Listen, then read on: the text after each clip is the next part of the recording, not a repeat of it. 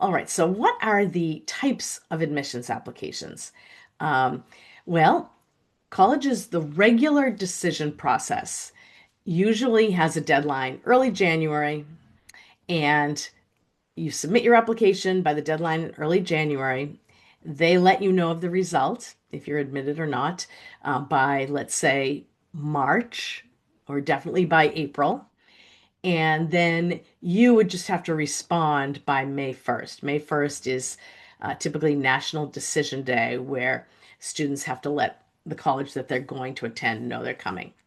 So that's the regular decision process. These days, many colleges have early processes. And so one early process is just called early action. And really, it's similar to what I just described, except early action deadlines are in November or December. And student just applies that early and then hears back from the college earlier and still doesn't have to let the college know until May. And sometimes, though, colleges, if that deadline is in November, sometimes colleges will let students know before that winter break. And that can be nice for a student to just sort of at least submit one or two early applications and have a sense that, okay, I'm admitted. And whatever else happens, I know I have a couple of colleges that I like that I can attend. So that can be nice. And then there's something called early decision, and that's different. That also has deadlines in November and December, but it's a binding agreement. So if you apply to a college early decision, what you're agreeing to is that that is the only college you're applying to early decision, that if that college admits you, you will withdraw all of your other applications.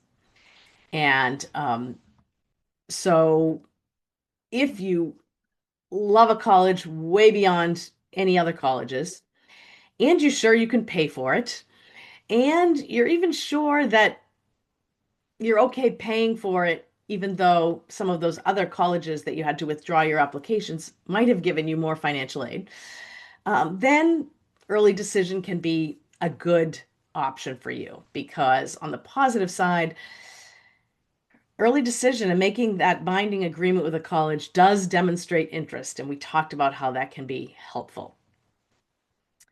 Next, there's rolling admission, and that just means that a college opens their school to admissions applications and it continues on. So it could be from November through May, and you submit the application whenever you want in that time frame. I would suggest in rolling admissions to submit on the earlier side, just in case there are any sources of funding, financial aid that could run out. And then there's open admission. And that is like our community colleges here in Massachusetts, where if you meet the very basic eligibility criteria, you will be admitted. So it's open to all students. The only thing to be aware of, it doesn't mean every program is open to all students. There are some programs that limit the number of students, nursing, things like that. But it does mean you can be admitted to the school, but not specifically to the program. And so let's talk about the college application forms. Common App at commonapp.org is an application where you would complete the Common App and then send it to all of the colleges that you want to send it to. So it organizes your process where you only have to complete the application once and then send it to all of the colleges. Sometimes some of those colleges might have some supplements, but you'll see that right in the Common App application, and you'll be able to do it all there. And it's nice. And the other applications are like that as well. The Universal app, the Coalition app, and your college will tell you what application forms they accept. And sometimes they accept multiple, and then it's up to you to choose.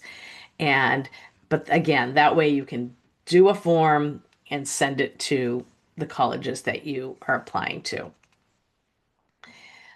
Some colleges have a website application and some even have a paper application, but I see less of the paper these days. And a website application might be a simplified form for a community college, for example.